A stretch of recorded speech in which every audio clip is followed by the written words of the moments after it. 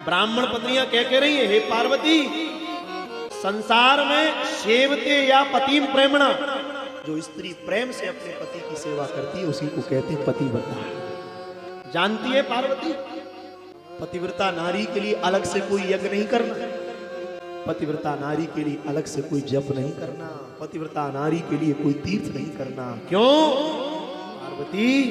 पतिव्रता नारी के लिए, जो नारी पतिव्रता है उसके लिए सारे तीर्थ चलकर उसके घर में आ जाते हैं, सारे तीर्थ घर में आ जाते हैं पतिव्रता नारी के। इसलिए हे देवी, तुम सदा अपने पति की सेवा करना, उनके सो जाने पर सोना, उनके भोजन कर लेने के बाद भोजन करना, उनके खड़े रहने पर खड़ी हो जाना, घर में सदैव पति के निकट रहना, यह एक पतिव्रता नारी का परम धर्म है बेटी। और बेटी सदैव सौभाग्य चिन्हों को धारण करना, बेटी सौभाग्य चिन्हों का त्याग मत करना। हमारी प्रार्थना माताओं से, आपको हो सकता है हमारी वाणी बुरी लगे, और जो सौभाग्यवती नारियां हैं उनसे हम बड़ी विनम्रता पूर्वक निवेदन करें, सौभाग्य चिन्ह नारी के जीवन का सबसे बड़ा आभूषण है। बहुत गंभीरता से सुनिए, यह बहुत अधिक मात्रा माताओं की है। हो सकता है हमारी बात आपको अहित कर लग जाए, और हम पहले ही क्षमा मांग रहे हैं, क्षमा करना हमारी बात किसी को बुरा लगे। इस समय वो स्वामी जी ने मानस में लिखा है, कैकेयी ने असमय सौभाग्य चिन्हों का त्याग किया था।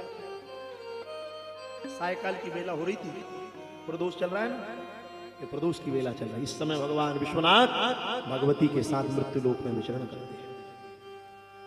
तो कैकेयी ने असमय सौभाग्य चिन्हों को उतारा था, तो तुलसीदास जी ने लिख दिया कि कैकेयी, अब तेरे जीवन में फिर से सौभाग्य चिन्ह धारण करने का समय नहीं आएगा। क्यों? अब चक्रवर्ती सम्राट महाराज दशरथ महाप्रयाण करेंगे। सौभाग्य चिन्ह स्त्री के लिए वरदान है, वरदान। देवी भागवत पढ़ो, लिखा है 16 श्रृंगार की महिमा शास्त्रों में है। स्त्री के लिए श्रृंगार वरदान है, वो श्रृंगार करती है तो वो अपने सौभाग्य चिन्हों को धारण करती है। जब वो अपने सौभाग्य चिन्हों को धारण करती है, मांग भरती है। महाराज जी, आप आश्चर्य करेंगे, माताएं यहां से लेकर यहां तक मांग भरती थी। देखा है आप लोगों ने? पुरानी माताएं यहां कोई बैठी होंगी तो देखो, पहले की माताएं यहां से लेकर यहां तक मांग भरती थी। किसी ने पूछा क्यों? बोले ये दशम द्वार है, इस शरीर में 9 दरवाजे हैं, पर ये दशम द्वार है। एक पतिव्रता नारी भगवान से कहती है, हे प्रभु, केवल मेरे प्राण इस दशम द्वार से ना निकले, मेरे पति के प्राण भी दशम द्वार से निकले, वो और आपको प्राप्त कर जाए। यह महिमा है। मांग भरती है, मंगल सूत्र धारण करना, बिछिया पहनना, कंगन धारण करना, ये सौभाग्यवती नारी के जीवन का सबसे बड़ा लक्षण है। पर क्या बताएं, पहले की माताएं यहां से यहां तक मांग भर रही हैं, आजकल की तो भगवान ही मान लेते। आजकल की तो सब सीता, आजकल की तो विचित्रता ये, कोई भर ही रही है, कोई नहीं भर रही। और आजकल तो कोई ऐसी भर रही, कोई यहां से भर रही, कोई यहां से। ये फैशन ने जितना सर्वनाश किया है संस्कृति का, दूसरा और किसी।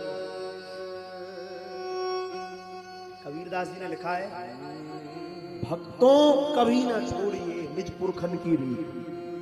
महात्मा कबीर की वाणी है, हमारी वाणी नहीं है। भक्तों कभी ना छोड़िए निज पुरखन की रीत। तुम्हारे पूर्वजों ने जो किया उसको तुमने छोड़ दिया।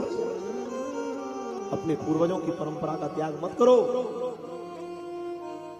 हमारी प्रार्थना है माताओं से, सौभाग्य चिन्ह धारण करना स्त्री का।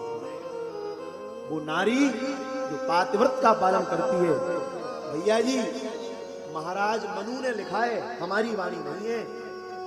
महाभारत में शांति पर्व में लिखा है, वहां धर्म संसद चल रही है। धर्म संसद में देवता बोल रहे हैं, गायें बोल रही हैं, पर वहां एक विलक्षण बात महाराज मनु कह रहे हैं, गाय का कौन सा अंग पवित्र है, मनुष्य का कौन सा अंग पवित्र है?